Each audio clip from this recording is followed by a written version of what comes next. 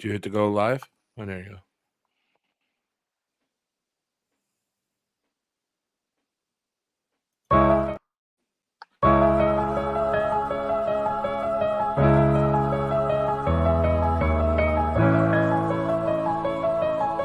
It looks like you lost another one.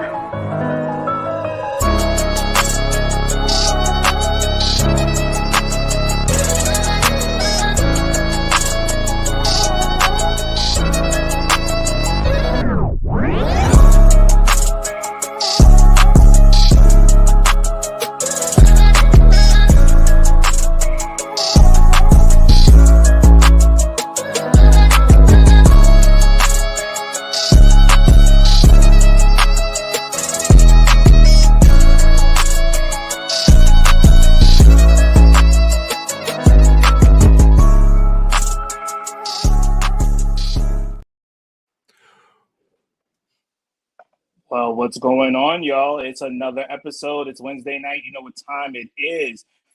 It is time for the Wrestling Revival Podcast, Season 1, Episode 2, right here on this Wednesday night. I am DJ Notorious, and that guy to the other side, that would be Mr. Cyber Yeti. So, we got a lot to talk about tonight. A lot of stuff went down in the world of wrestling, as y'all saw at the beginning. Rest in peace to Mr. Terry Funk. Everybody has heard earlier this afternoon, he sadly has passed away. So myself, DJ Notorious, and Sabielli would like to give our condolences to the Funk family, his friends, and of course, all of us fans. Definitely will be missed. A hardcore legend indeed. But yeah, we are going to talk some WWE as well. We're going to talk about Payback. Seems like they got their main event ready to go, and somebody hit kind of below the belt, maybe around the back, maybe. So we're going to talk about that. And then, of course, we're going to be talking All In. That's right, we're talking All In because that is this weekend. Big thing for AEW. How are we going to predict it? Stick around and find out. So, of course, we have the show, but we also have some merchandise. So, of course, you need to pick up the merch from the Wrestling Revival Podcast. Cyber tell them about our merchandise. Well, of course, we have over here, if you look closest to me, you've got my official shirt. I had to hang on to this one because this one is near and dear to my heart, the living rent-free in your head, because I know I'm living rent-free in a lot of people's heads right now, especially one particular person that I don't think he's put 1 + 1 together yet to equal 2. So maybe someone wants to buy him that shirt, send it to him, and make him realize there's never going to be another one like me. I am the original. We also have this guy over here. We have the hashtag Notorious approved shirt. And then, of course, we have over there on the far side, we've got our official podcast shirt, The Wrestling Revival. So, guys, make sure you pick up some merch. Make sure you go to bonfire.com/store/The Wrestling Revival. Pick up some merch, support the podcast, because we are actually splitting the money accordingly. You can kind of hear, you can kind of see the shots being thrown already. We're splitting it accordingly. Yeah, we doing that. It's called, this is a business. We're going to handle business, and then we're going to take care of business, and then we're going to pay ourselves. But anyway, we also like to send a huge shout out to our sponsor for this episode, Ulti. Make sure you use the discount code Revival Army, get 10% off of your purchase. We actually are officially getting ready to receive our first official gifts to ourselves. We're officially getting our shakers and our flavors. We're going to have some reviews about the flavors that we pick up. So look for that here in the near future. But again, big shout out to Ulti. Thank you so much for stepping in and sponsoring the Wrestling Revival. So again, thank you.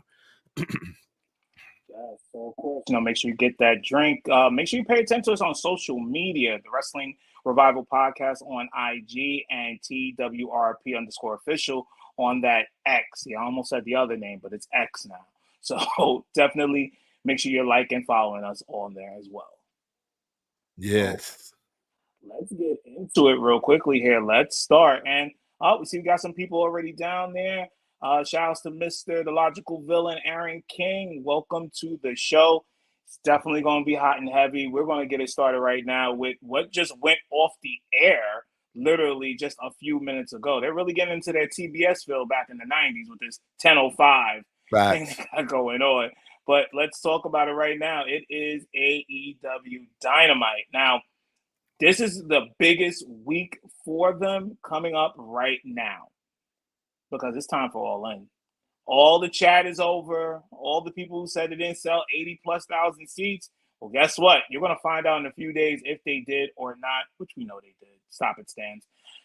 But Dynamite is the go-home show, and we had a big, and I mean big, return that happened earlier tonight, and it involves the Stadium Stampede of sorts.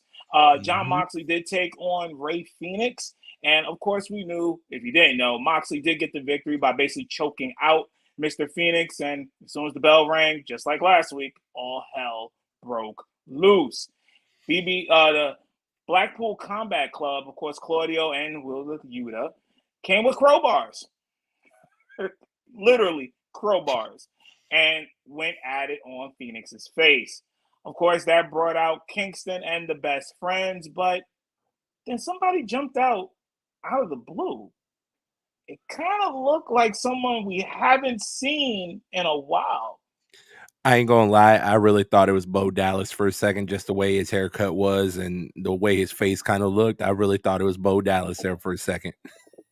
Well, I mean, yeah, he definitely has that look of Bo Dallas, but once I saw the quote-unquote AEW Tron and I saw that certain subway going in the background, I knew it could only be one person, and it was the return of Pride and Powerful. That's right, Santana and Ortiz are back, but they're not going for who you think they are. They actually attacked the Lucha Bros and Eddie Kingston, so they are siding with the Blackpool Combat Club.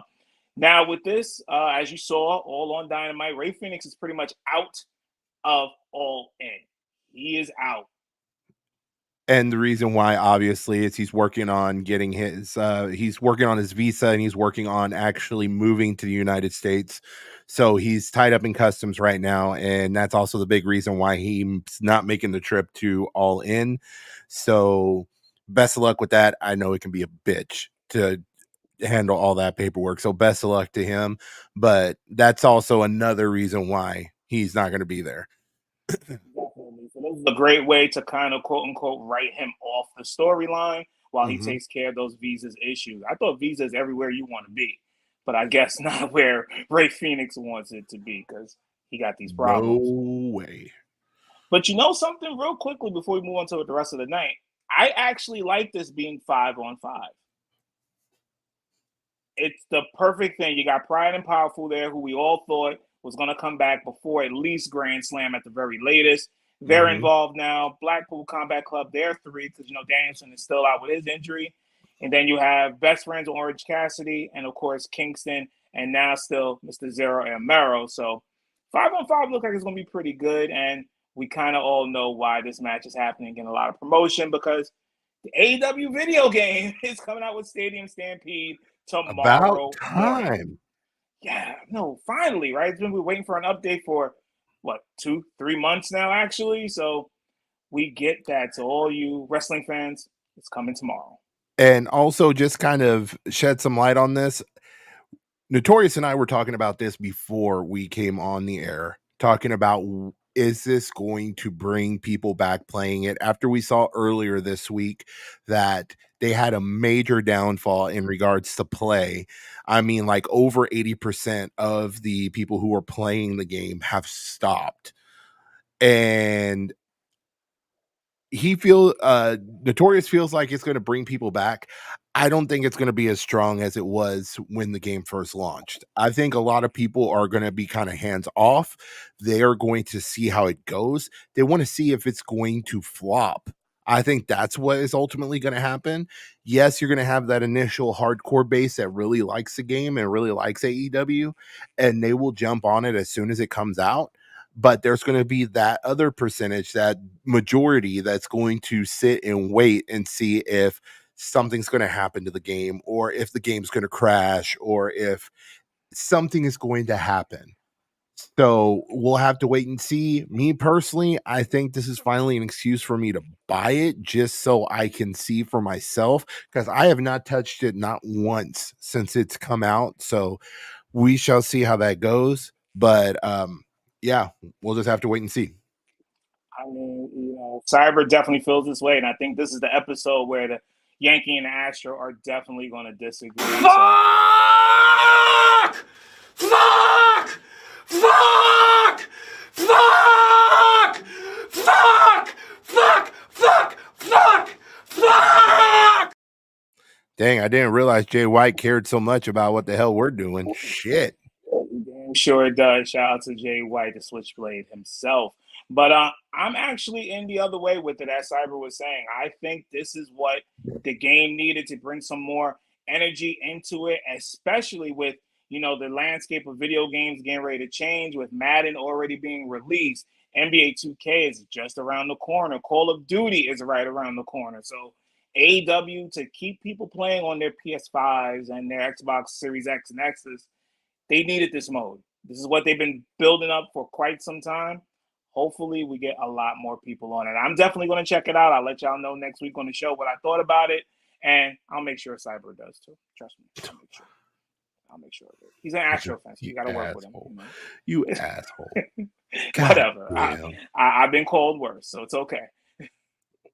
What's up, Double K? Thank you so much for tuning in, man. We appreciate it as always.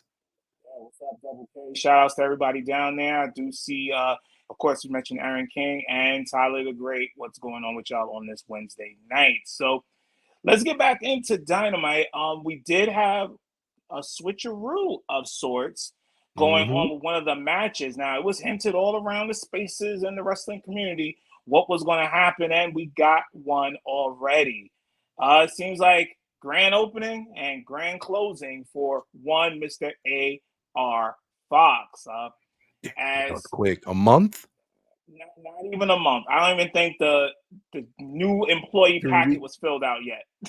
So 3 weeks. 3 weeks, and it's already gone. He just got one check, and that was it. So they had a match earlier in the night going up against Nick Wayne and Darby Allin, and as Swerve said, you couldn't even beat an 18-year-old. So he was given his walking papers courtesy of a clothesline from Brian Cage.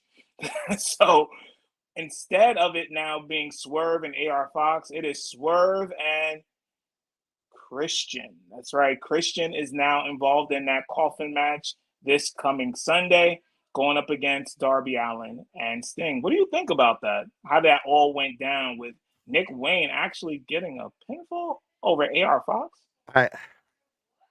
I'm really surprised that they decided to pull the trigger on this so early. I mean, not even giving it a full month. I mean, they should have at least gone through the pay-per-view before this happened. I could understand the breakup happening if they lose on the pay-per-view and then have it happen. That would make sense. You know me, I'm kind of on the fence when it comes to AEW. Sometimes they do really good stuff and I really like it and I like watching the product. And then sometimes I have, those moments where I'm just like, I don't know, man. I'm like,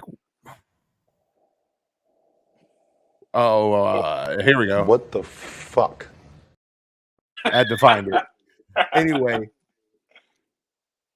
right now, I'm kind of leaning toward the what the fuck moment. I feel like it could have gone at least through this weekend. But, I mean, it could potentially be an interesting match with Christian stepping in. I mean,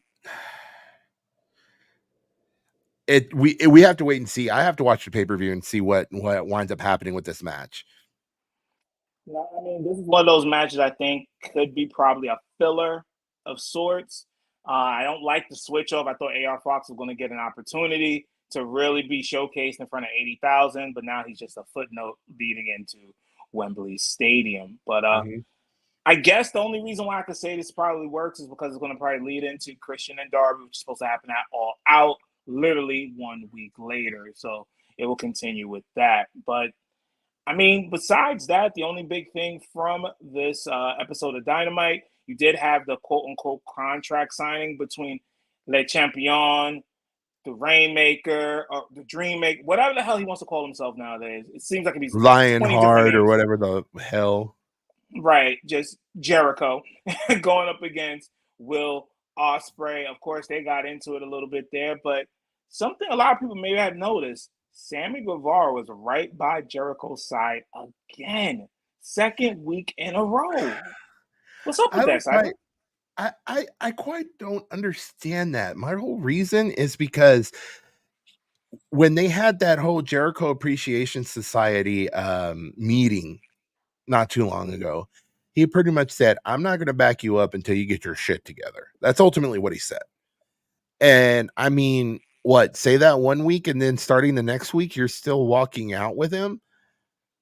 I hate to say this. I really don't hate to say this because between him and his wife and their bullshit on social media, this motherfucker is starting to become a bitch boy for Jericho.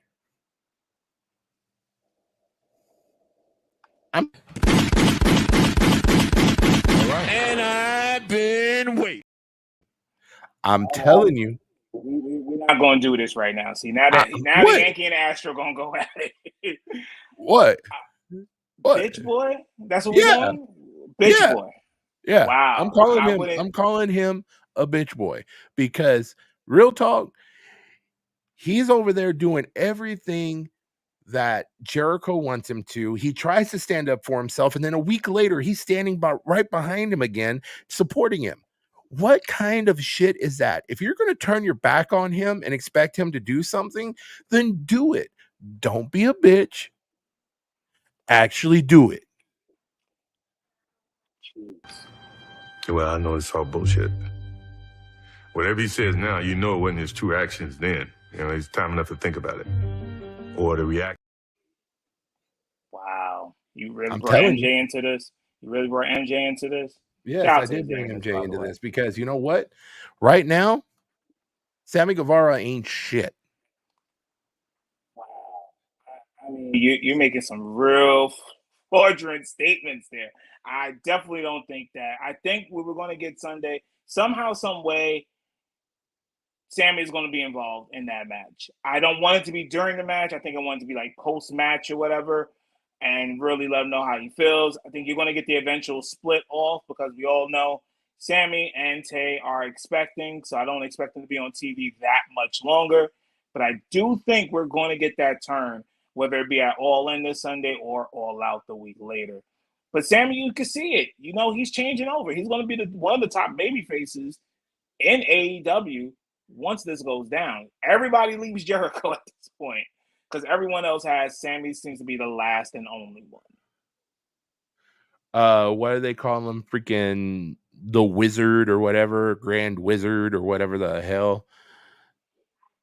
Bullshit. Looking down here at the comments, I Sammy know. legit said, I'm still your friend. Yeah, but see, you got to be very careful with that. I think that was kind of a loaded comment just to see if Jericho might just try one more time to screw him over. We all know Jericho is famous for screwing people over. Yep. So I think that might be the last thing that might be needed for Sammy to just, turn with them. And guys, just expect this. Remember, his wife walked out on Jericho as well. She is a part of that Jericho Appreciation Society. She walked out. So don't you think Sammy would be next? I mean, 1 + 1 still equals 2 in my book. So I think we're going to finally get it with Ospreay definitely getting the victory and Jericho being Jericho. Of course. Jericho being a bitch. But anyway, moving on. Yeah, so of course, ending the show tonight, I mean, kind of went back to like the early 2000s because the Hardys actually main evented a wrestling show. What? Surprise, surprise. You mean Jeff Hardy was sober enough to actually do something? Yes, he wasn't on that Victory Road tip. He wasn't on that, but they actually did a match and a main event, Dynamite, going up against the ROH World Tag Team Champions, of course, that being Aussie Open. And to nobody's surprise, Aussie Open got the victory. Gotta admit, Wasn't my cup of tea match because I think the Hardys are really old. They are really AARP material, especially in that wrestling ring. Well, when we're talking about AARP material, I mean, motherfucker, you got freaking mail about AARP already, so I don't think I don't think you should be saying that, man. You know. And you know what? This is exactly what I did with it. But I'll tell you what, Logan Paul, I brought you a little gift. It's a map. If you follow this, you'll find the exact directions of where you can stick each and every one of those bottles of Prime. Yeah. That's exactly what I did with it when I got it, just to let you know. You still got AARP shit. I didn't. You know what? Go fucking goat. Okay, there we go. Go fucking goat. Right? But razor where I'm gonna blow your goddamn pinky toe off. not the pinky toe. Not the pinky toe. Mm-hmm. The pinky toe. That's what we doing now? Telling Damn. you. You didn't have to do all of that, man. You just did not have to do all of that. Stop it! Stop it! Don't shoot that little motherfucker no more. I shoot both pinky toes off. What you talking about? Okay. All right, enough here. But the Hardys, I mean, definitely, this should be their last run. I mean, 50 Cent has his victory lap tour going on. This should be it for the Hardys as well. It looked like Aussie Open definitely carried them throughout the match, and they did get the victory. But we know what it's set up for, the ending of Dynamite with MJF and Adam Cole coming out there and doing their kangaroo attack against Aussie Open. So not the greatest of go-home shows, in my opinion, for AEW going into a pay-per-view, but definitely not the worst. So it's leaving you all in suspense for what is Collision and then Wembley on Sunday afternoon here in the States. Okay, Double K saying Ospreay beating Okada, Omega, and Jericho in a 6-month span is ridiculously legendary. Yes, it actually is. Ospreay has really ran the table, you could say, this year, where I know it's not December yet. We're not going to do, our awards yet because they'll be better. Hint, hint. But Ospreay will definitely be one of those guys you can consider wrestler of the year for 2023. And I'll add one more thing to your little comment there. I'll add one more thing. Our award show will be better. And 2, at least ours will be able to be seen on Apple Podcasts. You just throwing out shots today. My goodness. Tell me to duck next time, all right? Tell me when to duck next time. Tyler here, a cyber DJ, gonna wake up one day and just go, my back. He already does that. What are you doing? What are you talking about? Man, everything's snap crackling and popping. Everything. You know what? I don't have to take this nonsense. Sometimes, Cyber, there's some people out there, I ain't gonna name no names, but maybe Light Skin Nation out there. They graduate from the Sippy Cup and now they want to get a Guinness come Sunday. They feeling themselves a little bit. But it's here nor there. I'm gonna let him have his little shine right now. He'll still be a Capri Sun to me. Little? Yeah, because he definitely is little. Mini-me little. But he got his Capri Sun, this guy. Because like the name, he shines like me. So it's okay. I'm gonna let him live. Right? Damn. I'm gonna let him live. But that's it. So that's very much what you're gonna get from Dynamite. You're gonna have Collision on Saturday, still 8 p.m. Eastern.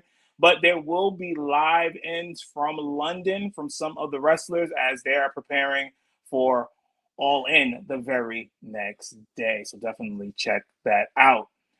But I think it's time, Cyber, that we switch over to that company in Stanford.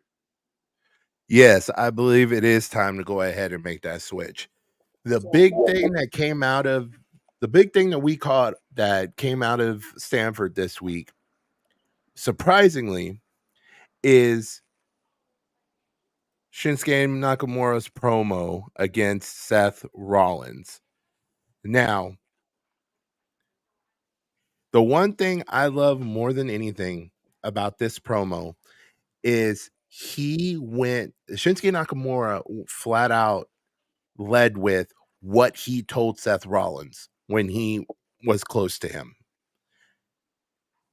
The big thing that he came out of that was, I know about your back.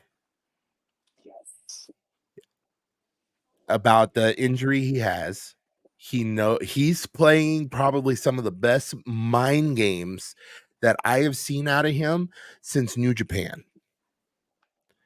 And I'm a very big fan of Shinsuke Nakamura. I love the fact that he went to NXT when he did, because it was during the Black and Gold brand. I loved the match that he was in NXT when they were here in San Antonio for the Royal Rumble a few years back, where he faced Bobby Roode for the NXT title. And I could tell you this, he is back to form in regards to this promo, in regards to how the match is going to go when they face off at Payback. Go ahead. No, I was gonna say, like, I love how the story was told on this here. A lot of people may not have remembered that they crossed paths before. And just seeing Shinsuke did that, why did he look like a villain from like a video game when he just literally said that, I know about your back? Dude, Like, it is old school Shinsuke Nakamura. This is what made him famous in Japan. This kind of character. Now, the only other time I've seen this was when he was in NXT, and he was actually had some freedom in regards to what he was able to do. Now, with Hunter in charge of creative for the most part, Shinsuke Nakamura is actually getting this opportunity. He's actually showing what he showed in NXT and in New Japan prior. And we are going to probably get a match of the year candidate, or at least a top 5 match of the year candidate out of this match, if they let him do exactly what he wants to do. Do I see him taking the belt off Seth Rollins? He is going to have to be vicious towards Seth Rollins. He's going to have to target the back. He's going to have to, it's going to get to the point to where he may have to physically injure Seth Rollins to the point to where he does win the title. So, I mean, this could be a makeup for his Royal Rumble win, and he winded up losing to AJ Styles at WrestleMania. I mean, this could be a give back for that. I could definitely see that as a possibility, but regardless, that is going to be a great match for Payback. And we know that's going to be the main event. yeah, it definitely has to be the main event. It is going to be the main event. They put anything else in that main event, they drop the ball big time. I was worried about Payback, to be perfectly honest with you. I was really, really worried about it. I thought that, it wasn't going to be a good pay-per-view. But when it comes to this now, I really like how this match is going to be set up. I think it needs 30 plus minutes, tell the whole story from start to end. I would even like to see they bring back the violin for Shinsuke. Have the violinist that was done during that NXT Brooklyn, I think, a couple of years back. Have him come out there and do his entrance. Bring it all back. All the nostalgia of Shinsuke. Or else have him do his heel entrance, where it has the singer in the background. Yes, that would actually be good too, because that was a would good be a theme good for him one as too. well. Or else find a way to combine both. If anything like that happens, I honestly think he's going to beat Seth Rollins. If he has any type of custom entrance or a different entrance, I think he's going to wind up walking away with the title. And if that's the case, then it's probably because Seth Rollins legitimately needs to go away to try to work on his back. Because if it's been bothering him for 4 years, which based off of what he said, it has been, he needs to go away and get it fixed. He needs to have repairs done, and we already know he'll be out at least 6 months.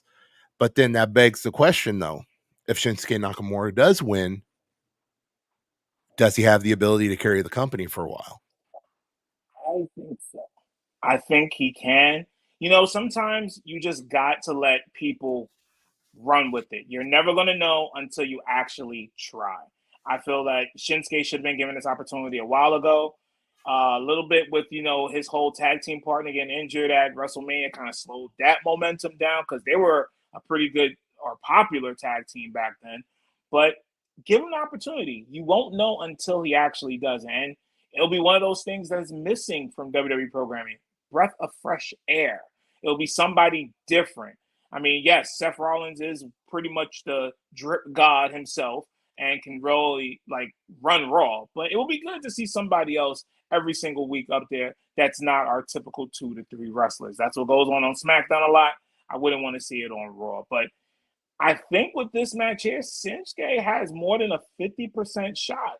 I would say 75% shot of actually beating Seth Rollins. And that's saying something here because Seth Rollins is literally, he could be the MVP of the year or wrestler of the year, rather. So Shinsuke doing that, I wouldn't be surprised at all.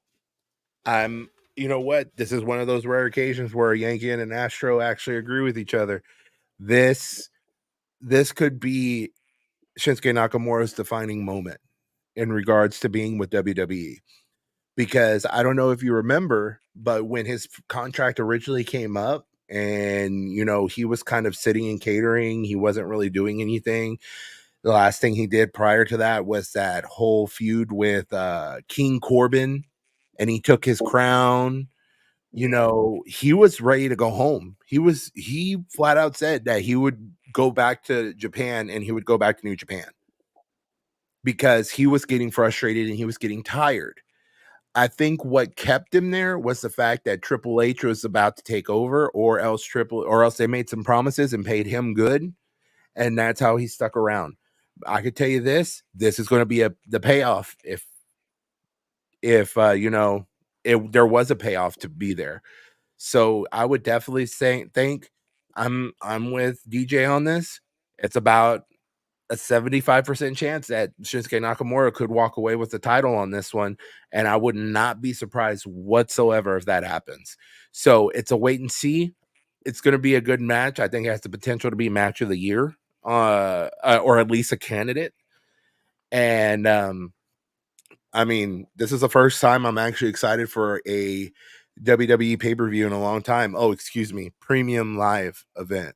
Yes, I was just about to correct you on that, but good. Premium live event, PLEs or whatever they want to call themselves. But yeah, definitely looking forward to it. I believe it's going to be next weekend, next Saturday on Peacock. Wrestling boy, wrestling coming up, man. This feels like WrestleMania week all over again. It does. We're how many months away from WrestleMania weekend? So you can imagine this is just our mid report on that. But Double K says here, great work by Shinsuke, but if he wins, could be a shocker of the late part of this year. For real, I'm here for it. I think we're all in agreement here. Yeah, and the thing is, too, worst case, even if Shinsuke Nakamura is a transitional champion, at least let him hold it to the Royal Rumble, or maybe a little after.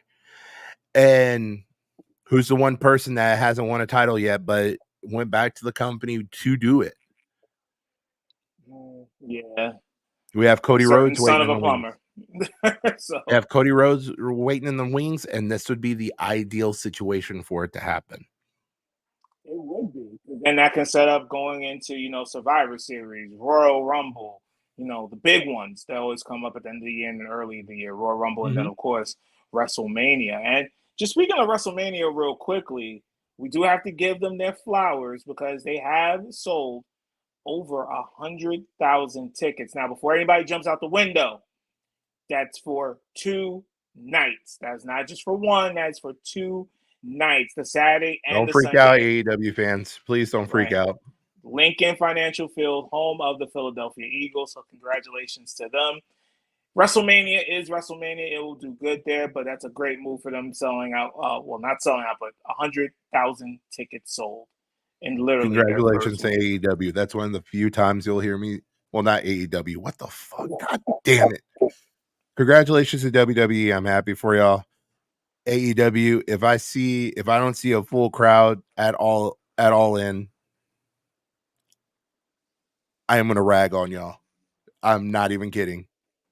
I will rag and rag and rag. Next week's episode is going to be me just firing shots and just making it nasty. I'm not even kidding. What's up? Get your man. All right.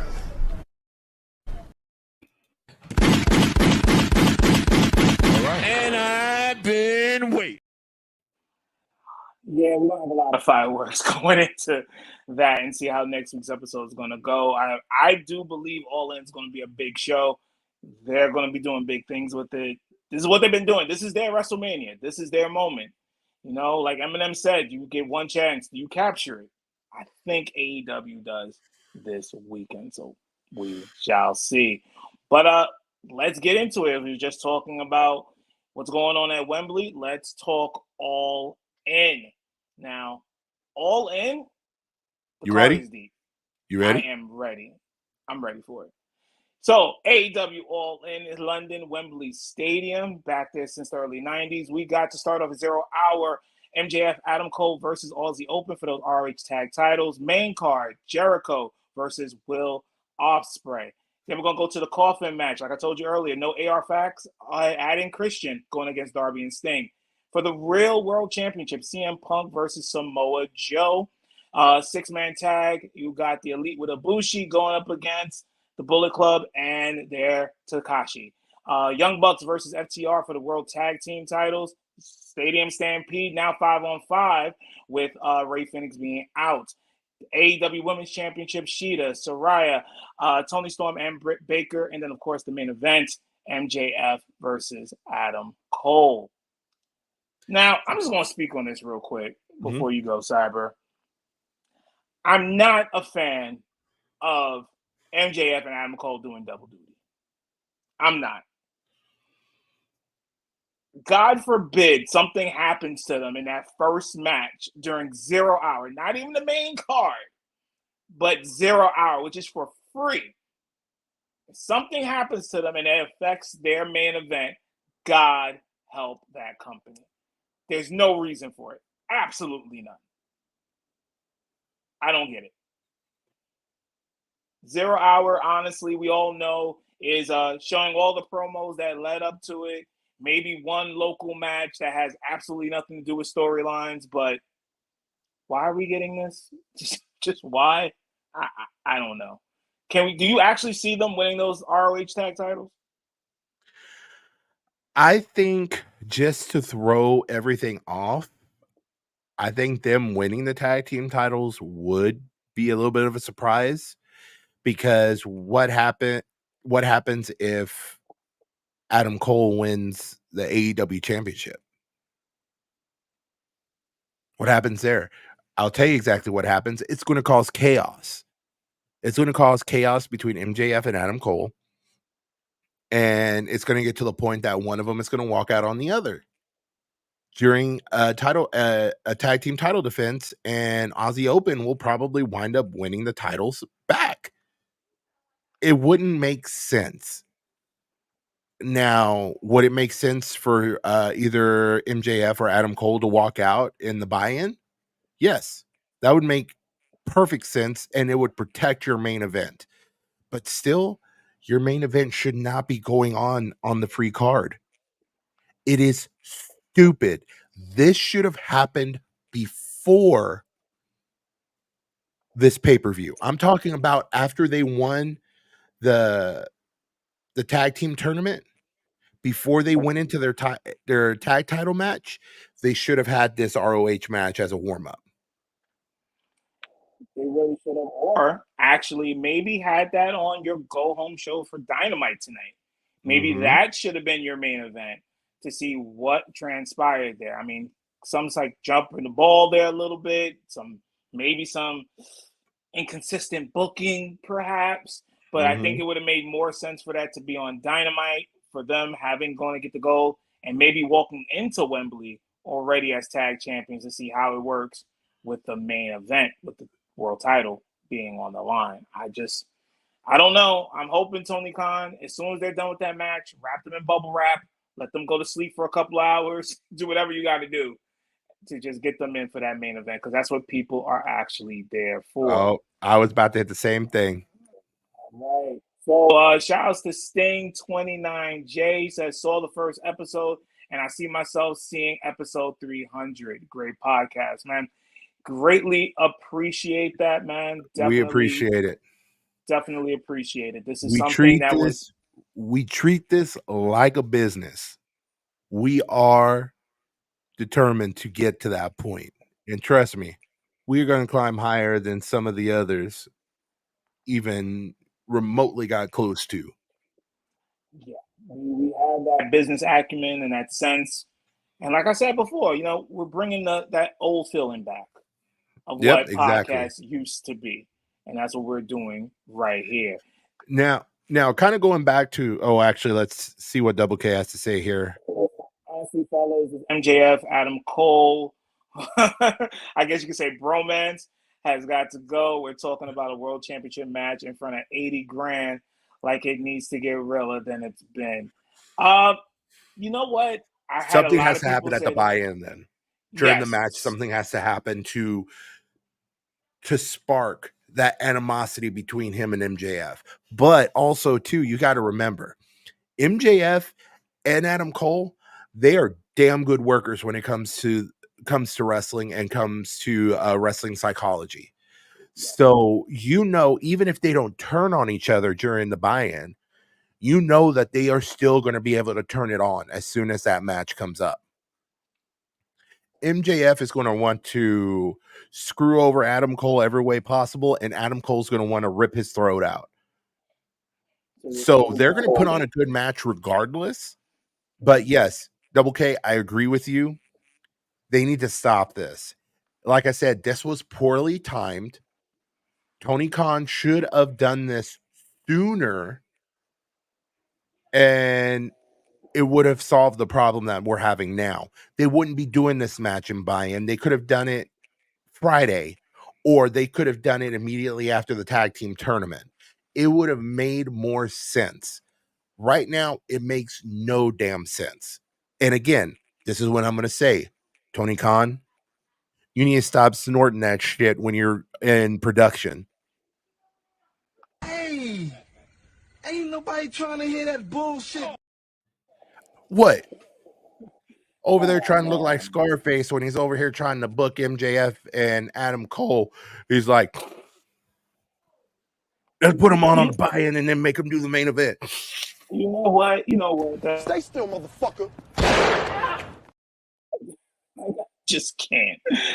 just can't. I mean, come on now. Tell me I'm wrong. Tell me I'm wrong. Yes and no. Now, all the stuff you can't go yes and no. Yes, you can. You can go a little RC if you want to, a little so-so, okay? You can do that. So, with this, I think leading up to it, the comedy stuff was okay. Sometimes I think it went a little bit too long. But when you have two people, like you just said, that knows wrestling psychology like the back of their hand, they made it work. They were given shit, and they made a souffle out of it. That's basically what they did. I'm glad the comedy stuff is going to be over after this week, hopefully. I think they keep those tag titles, and it might continue. So I'm praying to God Aussie Open actually retains those belts.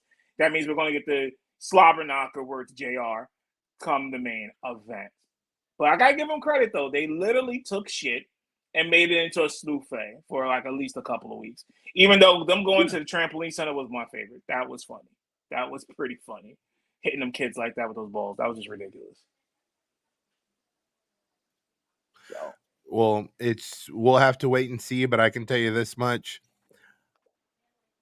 For the first time in a while, I'm actually excited for an AEW pay-per-view because the card actually looks really good. It looks like Tony Khan is kind of on the right path.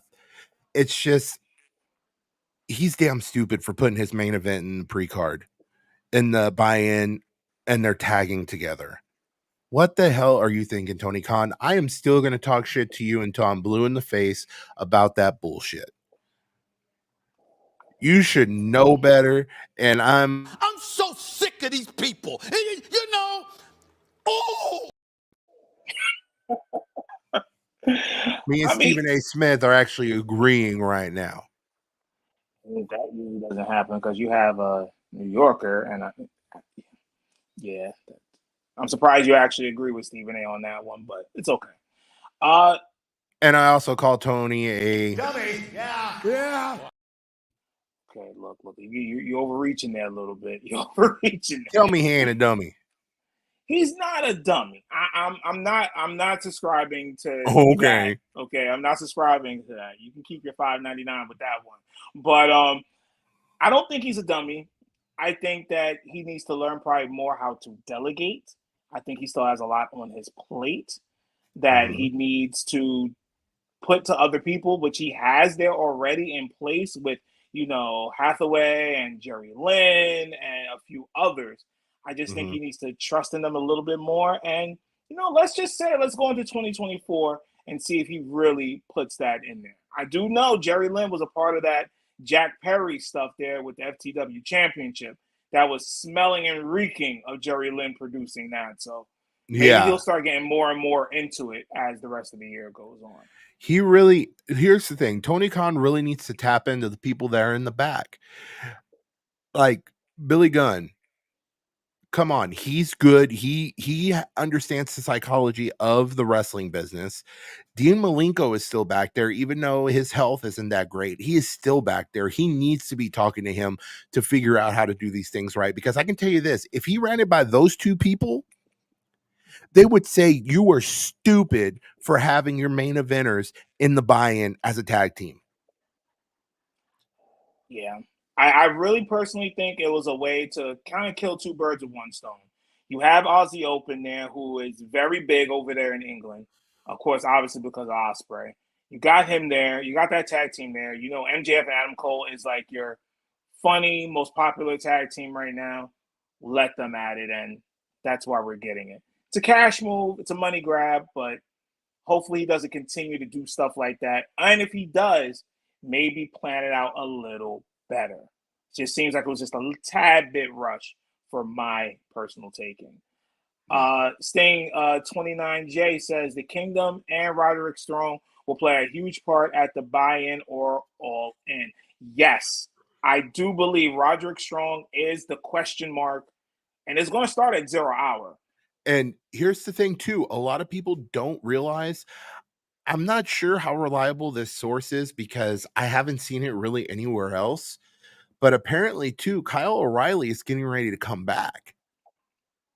And pretty much he might be coming back at any time. So, I mean, technically, he could pop up during the buy-in too. Now, I'm not 100% sure, but I did see it on Twitter not too long ago that they said that Kyle O'Reilly could be a possibility too. So, I mean, with Roderick Strong and Kyle O'Reilly in the back, that could potentially start something, especially with Roderick Strong and the Kingdom. I mean, it's a whole lot of possibilities in that exactly. building.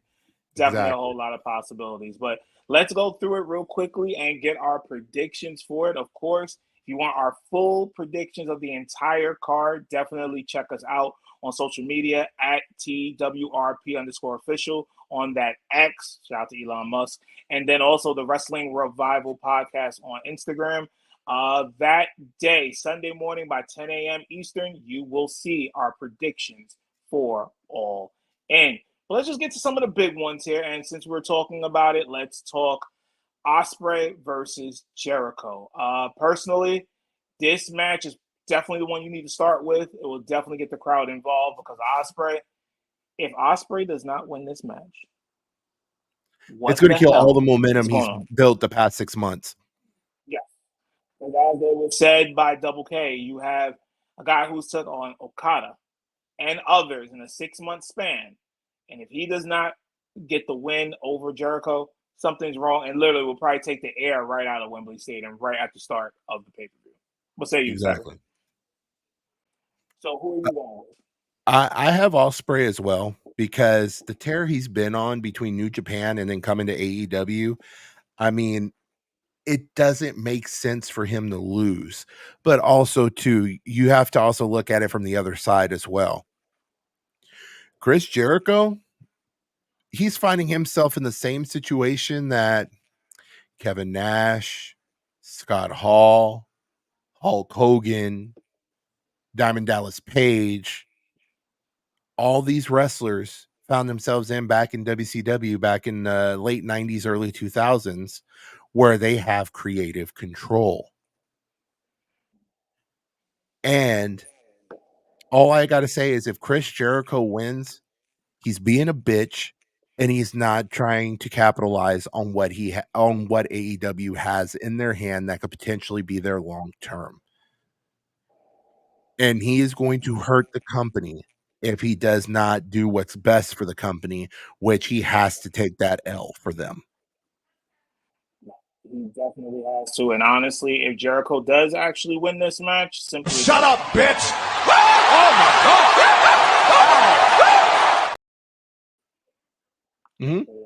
that. Let's move to honestly what's going to be big news starting tomorrow as the mode finally hits the game. Stadium Stampede, Wembley style. So they're probably gonna have a lot of fish and chips and pints of Guinness all around and throwing it at each other. The 5-on-5 now match. Sponsored by Cracker Barrel. You know what? Okay, but we got the 5-on-5 match now. It was 6-on-6, but if you tuned in earlier, you know the reason why I dropped down to 5. You now have Pride and Powerful. That's right. Santana and Ortiz are back. Joining up with the Blackpool Combat Club, taking on Eddie Kingston, Best Friends, and we know the other one. So, Cyber, I'm kind of torn still with this. I've been going back and forth with it even during Dynamite tonight.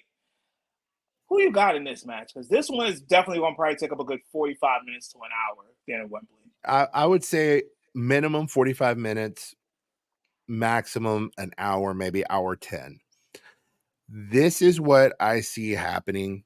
It would be stupid on AEW's part if they bring back Santana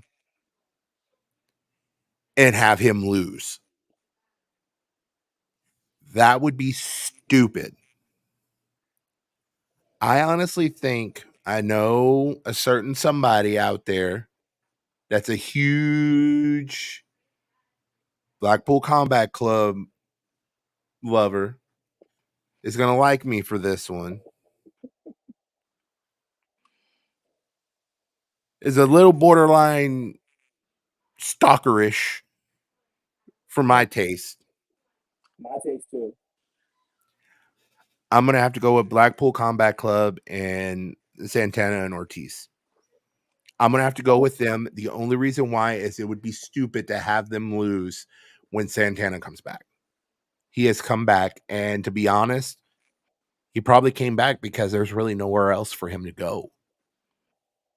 I think that is part of it as well. There was no place for him to go. I've spoken about this for months leading into it. I personally thought they were coming back at Grand Slam because it's set in New York City. But I like that they came back here. And I think this is something that's missed by a lot of people. Remember, look at the card. Look at that match. On the Blackpool Combat Club side, besides you know who else is experienced in a stadium stampede? It would be Santana, Pride and Ortiz. Powerful. Exactly. You got to have people in there that can kind of orchestrate how things can be done. They are pretty much veterans at this point when it comes to stadium stampede matches. And like you said, you do not bring back Santana with a new shirt, by the way. Y'all didn't notice that either. That was a new Oh, shirt I he like was that wearing shirt. tonight. That shirt is clean. Yeah. So it all signs point to the Blackpool Combat Club winning. Mhm. I know, the stands of Mr. Moxley are going to love it. But yeah, I do see them getting it. But it's going to lead into another storyline between Eddie Kingston and Pride and Powerful later on. So I'm just glad that they're back. And to be honest, the other reason why I went with them is because I cannot stand Best Friends. Fuck those guys. I swear, I think every time before they go out and compete, I think they actually stand around and have a giant circle jerk before they go. Because I mean, it just gets weird like that. What the fuck? I'm telling you. I'm telling you. It's just weird. It's weird. No, I mean, that's a tag team that's like I guess you could say an acquired taste. But yeah, we're in agreement again. Here it is, Yankee and the Astro agreeing. We're going with the Blackpool Combat Club and Pride and Powerful in that matchup. But let's talk about the gold matches. Now, I'm not talking about Bullet Club gold. I'm talking about where belts are on the line. And this one I know is going to ruffle some feathers because some people think this match shouldn't happen. But they don't know about innocent until proven guilty. Of course, we're talking about the AEW Tag Team title match where FTR, hopefully they don't bring the Glocks over, but they'll be taking on the Young Bucks. Now, I'm just going to let it be known right now. This match is going to happen. Nothing's going to happen to Cash Wheeler. Innocent until proven guilty. I'm not going to say it again. So, this match here, I honestly feel FTR is going to walk out of Wembley still tag team champions. I think this is going to probably set up to them finally losing the belts to maybe a certain team that just came back tonight, because that seems to be the only team that should probably dethrone them. Because honestly, giving the belts back to the Bucks, what does that really prove? The belt has basically just been doing hopscotch for pretty much half of the year, besides the Gun Club having it in between there. So I say let them keep it and give it to a team that deserves a run at it, and that would be Pride and Powerful. But what say you, Cyber? Well, what I say is, I can't believe I'm actually saying this. I actually agree with a damn Yankee again. You know, there's a lot of agreeing. I have to agree with FTR holding on to the titles because, I mean, yes, I partially originally thought that maybe the Young Bucks would take the titles off of FTR just because of legal reasons, just to try to protect themselves and protect their brand. But to be absolutely honest, Tony Khan could do that at any time and just say, we're stripping the titles and we're going to have two other teams go at it for the tag team titles. That is a simple solution that he could have done tonight if he wanted to. But I think with them letting the match continue, and also too, I watched the film of him being about him, getting his bond and everything else. The way it sounds like nothing's going to come of it, because they wouldn't have let him off that light if they had enough evidence to actually convict and make it stick. So I think Tony Khan is going at it the same way I'm kind of thinking about it. If they had something to stick, one, they wouldn't have okayed the $2,500 for his bail. They wouldn't have okayed him turning over his weapons and being able to return home and actually work. They would have kept him stateside if they thought they actually had something, or if they felt like he was a danger to anybody. And didn't have to give up his guns, by the way. That's No, another he didn't. part of that. No, they didn't. He didn't. He ultimately didn't. But in the video, it did say that he had to surrender them at first. But now he doesn't. So my point is yeah, even though at first I was thinking that it was going to be the Young Bucks to do it, the Young Bucks do not need to win those titles again. It's stupid. It is stupid. So FTR is going to hang on to him. I think it's going to be Santana and Ortiz that ultimately take him off of him. I agree with that. That would make the most sense. And I think that was probably one of the reasons why Santana agreed to come back. But also, too, like I said just a few minutes ago, Santana probably came back because there was nowhere else for him to go, because they don't want to pick up Santana unless they're getting Ortiz too. That definitely sums it up right there. Mm-hmm.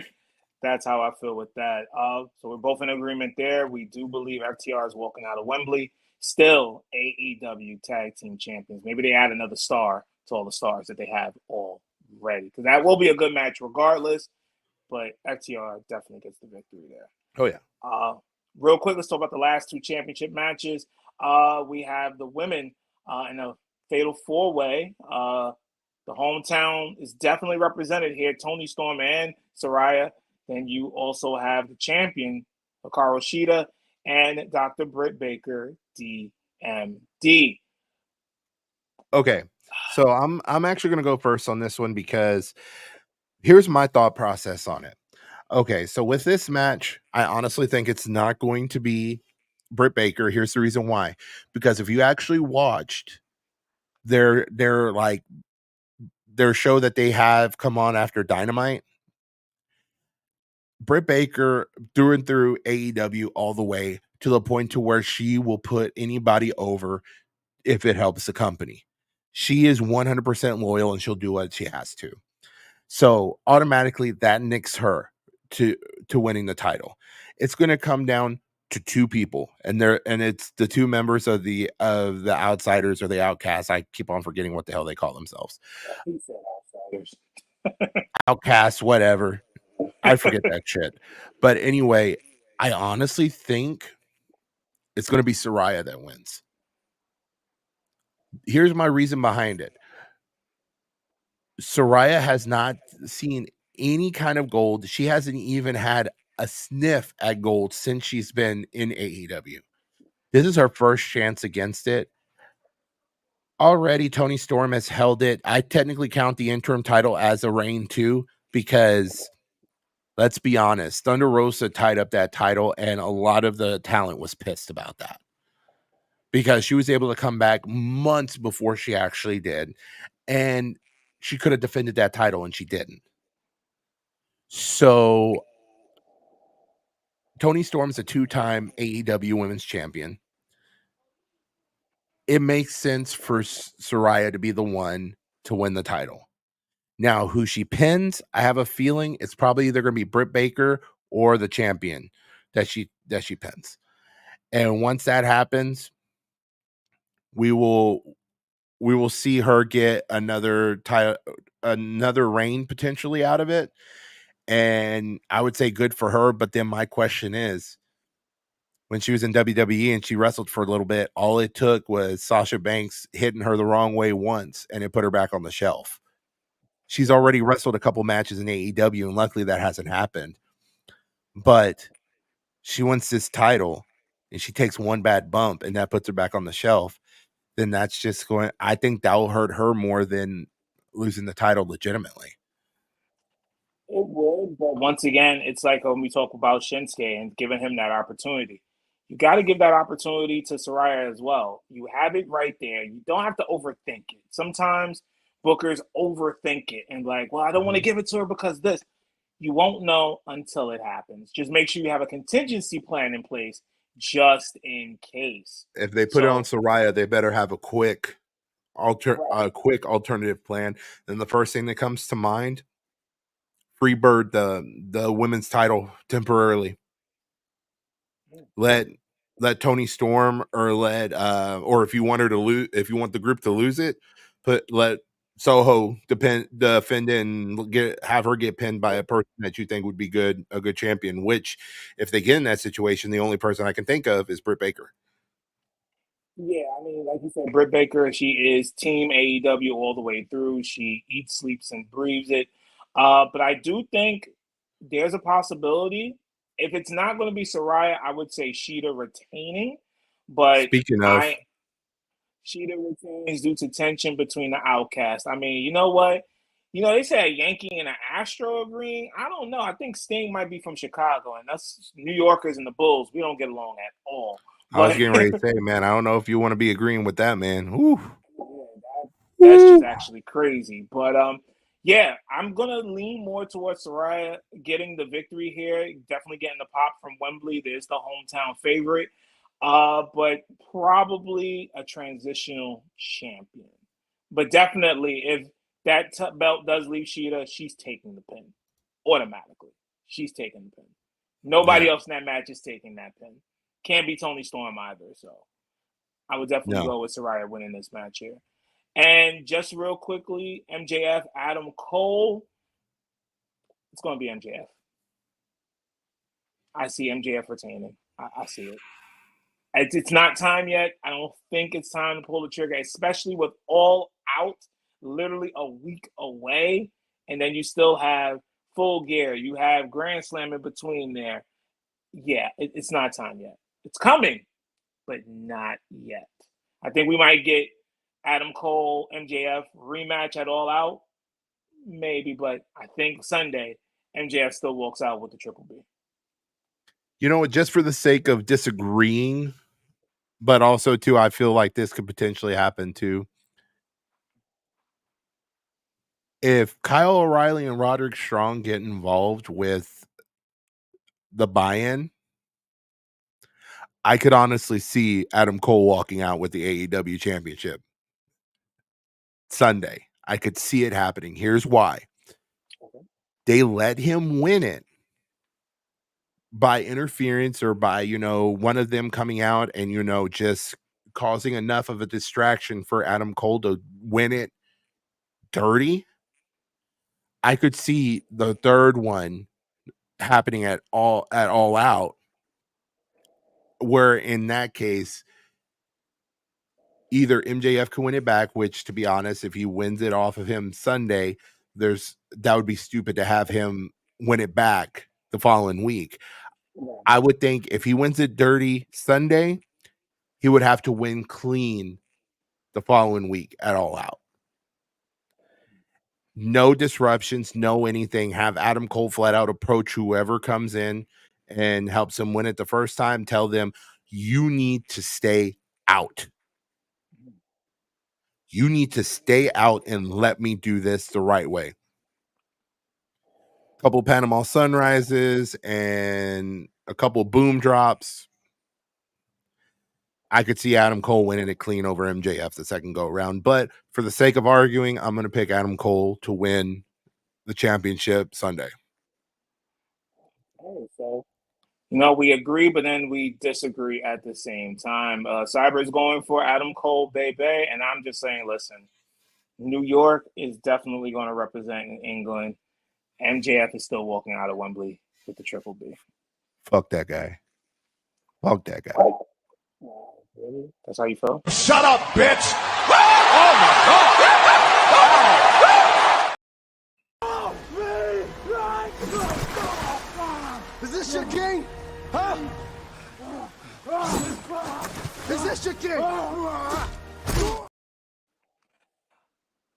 Wait a minute. That sounded like. Are we thinking on the same wavelength here? No general of mine, ladies and gentlemen. No general of mine. And of course, you probably saw, if y'all were checking out our social medias this week, you probably saw my in memory video that I put up. It was breaking news from the Wrestling Revival newsroom. We said we weren't going to talk about it anymore, but new things come up. Crappy videos are released. And we just have to continue to shit on it. And I'm going to keep on doing that. And this is going to be this person sitting there after he sees this again. Fuck! Fuck! Fuck! Fuck! Fuck! Fuck! Fuck! But anyway, like I said, this person lost 2 outlets for his quote unquote show. But I digress. I'm gonna let him figure that out. And then I'm gonna let him feel stupid about it later. But anyway, there is one thing we actually forgot to cover that we wanted to cover tonight. You know what it is. What? We got to talk about somebody maybe having their last match in Toronto last week. Yeah, that is correct. We are talking about the potential of Edge jumping ship to AEW. Apparently, per some insider information that from some WWE producers, it looks like an agreement could not be reached between Edge and the WWE to re-sign him to another contract. And the rumbling is it's due to money. Again, the root of all evil. It's the money. It's all about the motherfucking money. Like so exactly like Vince's favorite son. Money, money, money, money, money, money, money, money, money. But anyway, if that's the case, could we see Adam Copeland debut in AEW to potentially reunite or feud with a Christian Cage? Personally, I think this is a 90% chance that we see Adam Copeland come through those Dynamite doors. I see it coming. And it makes more sense the more that you think about it. And as more time goes by, we're kind of like almost a week removed from that SmackDown in Toronto. Listen, Edge is a Hall of Famer. He will go down in history as one of the greats. You don't pay Edge, something's wrong with you, because usually we get mad at when companies pay someone that's over the hill and can't do it anymore. Edge can still go in the ring. Granted, he can't be doing it every week. Maybe as a special attraction will be the perfect opportunity Like for him. Like a Sting situation? Yes, perfectly like a Sting situation. I think he could do a little bit more than Sting, but Sting is just old and crazy. He just does what he wants.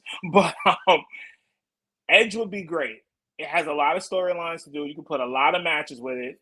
Hey, why not Omega and Edge? Why not Sammy Guevara and Edge? And of course, you can just get the few seconds of flash photography with Christian again. So it makes a lot of sense. Definitely bring a breath of fresh air, only if they keep him as a special attraction.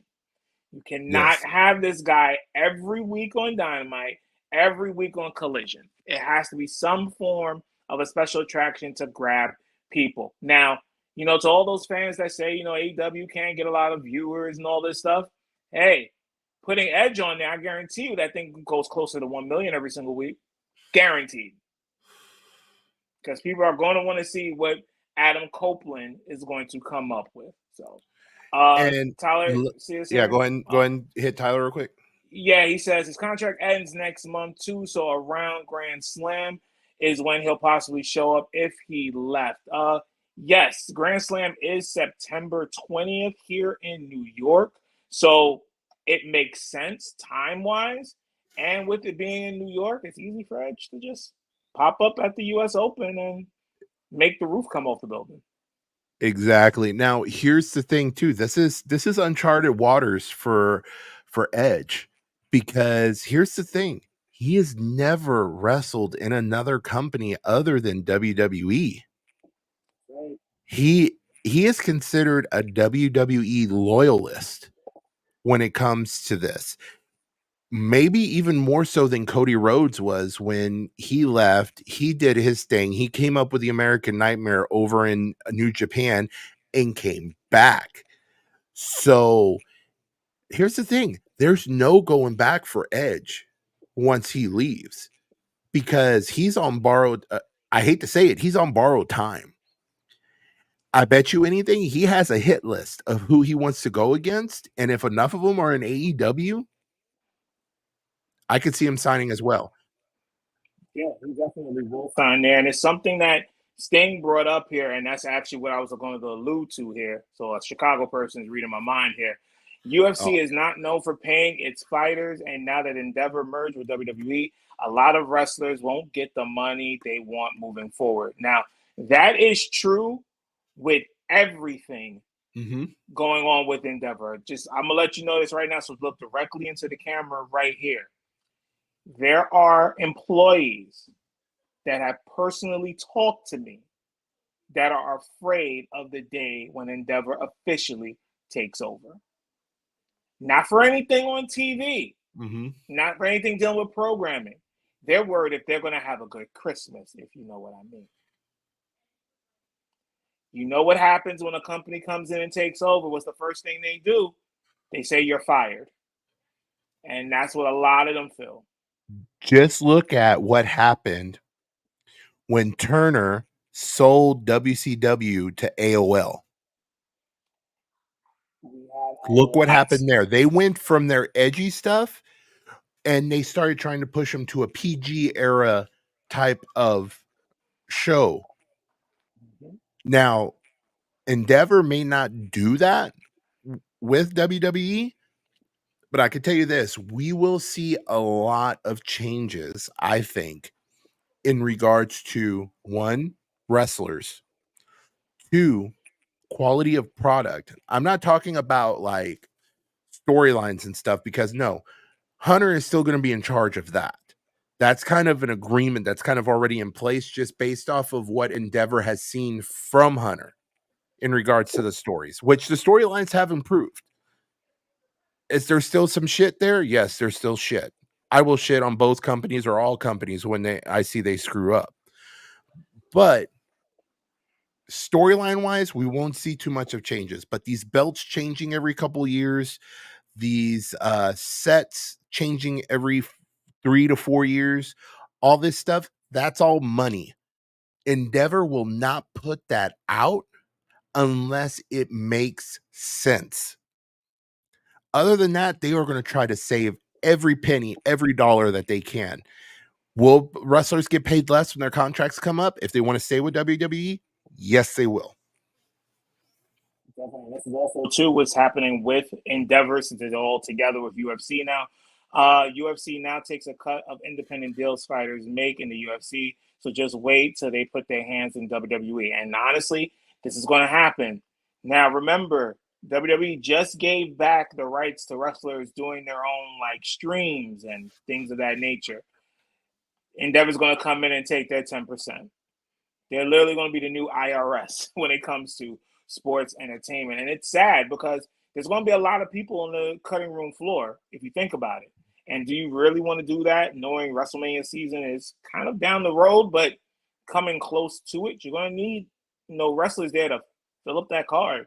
So it's going to be felt all the way around, from the wrestlers to the programming and to the unfortunate people that work in the back and do HR and things like that. But it's going to be felt big time. And I think a lot of these wrestlers that were thinking about coming back, let's just throw a name out there, Matt Cardona.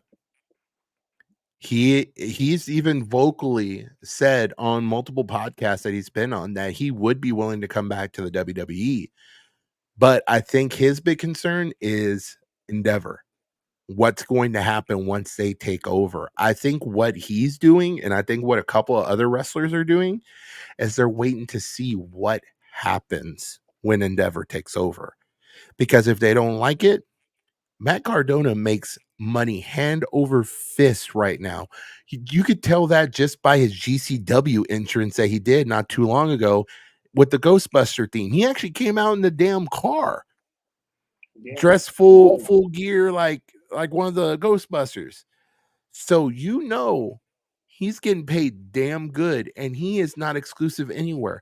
I am dead serious. He took a page out of Cody Rhodes' book when it comes to his bookings. He's like, oh, you want me here? Well, guess what? I'll come and work, but my stuff's coming with me, and I'm still going to go work for other companies. Right. Basically an independent contractor. Exactly. Putting it plainly. That's definitely how it would be.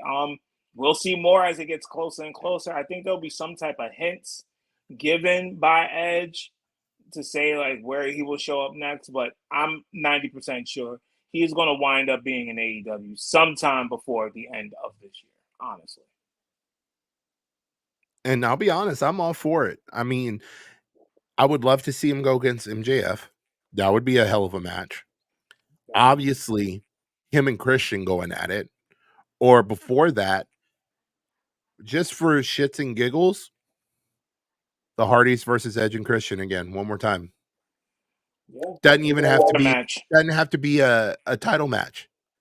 It could be just a regular match. Hell, they could go take it old school and let it be a TLC match.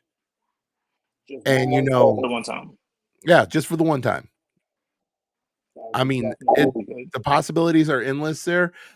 I definitely would like to see it happen. Yeah, so I think we both would like to see it. I think everybody tuning in would like to see it as well. Hey, we will see in just probably a few more weeks, because Grand Slam is literally around the corner. We're now less than a month away from Grand Slam here in New York. But I think that is it for us today. What is the 5 fingers say to the face? What? Slap!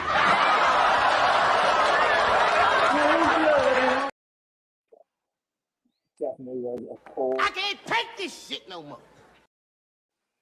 Yeah, definitely can't take this shit no more. Shout out to Dave Chappelle there. Dave Chappelle's birthday is tomorrow, so happy birthday to him. It's a celebration, bitches. Yes, and he's celebrating it where, Cyber? Ask me where. Where is he celebrating it at this year? Oh, go fuck a goat. That's my line, not yours. But thank you, everybody. No. Mm-mm. No. Hell no. No. Really? That's what we're doing? Okay. Yeah, that's what we're doing. And of course, we do know about this as well. We do have the Acclaim with Billy Gunn going up against the House of Black. Anybody like to see a slaughter? Go tune into that match on Oh, it's Sunday. gonna be ugly. That's going to be slaughtered. That somebody's going to be led out to pasture. That I'll just leave it at that. You can figure it out from there. But that is it for the show for tonight. Thank everybody for tuning in. Make sure you are following us on social media. Of course, it is the Wrestling Revival Podcast on Instagram, TWRP_official on that X. And then if you want to follow us as well, DJ Notorious 2K7 on all platforms, and also Cyber Yeti on all platforms. And of course, don't forget about the merchandise, okay? Pick up some merch. It is available right now, not seasons from now, not September 8th, but right now. It is available for you. You can get the living rent free in your head because, there's a lot of people doing that. And then there's the hashtag Notorious Approved. Get the shirt, it'll come to the front of the congregation. Simple as that. And then, of course, the official Wrestling Revival Podcast t-shirt. All available now in t-shirts and hoodies. That's right, and hoodies as well. Hoodie season is coming up shortly, so prepare for it with some of the merch here from the Wrestling Revival Podcast. Stop it! Don't shoot that little motherfucker no more! We still doing that. And of course, you can get those shirts there at bonfire.com/store/the Wrestling Revival, all available right now. And also, one more time, thank you so much to our official sponsor of the Wrestling Revival Podcast, Ulti Energy. Again, use our discount code Revival Army to get 10% off your purchase. We greatly appreciate it. Big shout out to Ulti. Thank you so much for the opportunity and the sponsorship. We do appreciate it as always. So, guys, again, thank you so much for tuning in. We do appreciate y'all. All of y'all, even our stalkers, our stands, our I don't know what I'm gonna do people, are how can I get Apple Podcasts back without talking to the person who registered it. It's called one thing, sir. It's called show me the money. Show me the money. Show me the money. You shouldn't have been talking shit. You shouldn't have been talking shit. You shouldn't have been talking shit. You're damn right, should have been talking shit. Like I said. Anyway, that's it. He's feeling it. They feeling it. So again, guys, thank you so much for tuning in. We do appreciate it. Make sure to follow us on all of our socials. Make sure you hit up the merchandise. Make sure you hit up our sponsor. We definitely appreciate it. Thank y'all so much. We'll see y'all next week. Same time, same channel.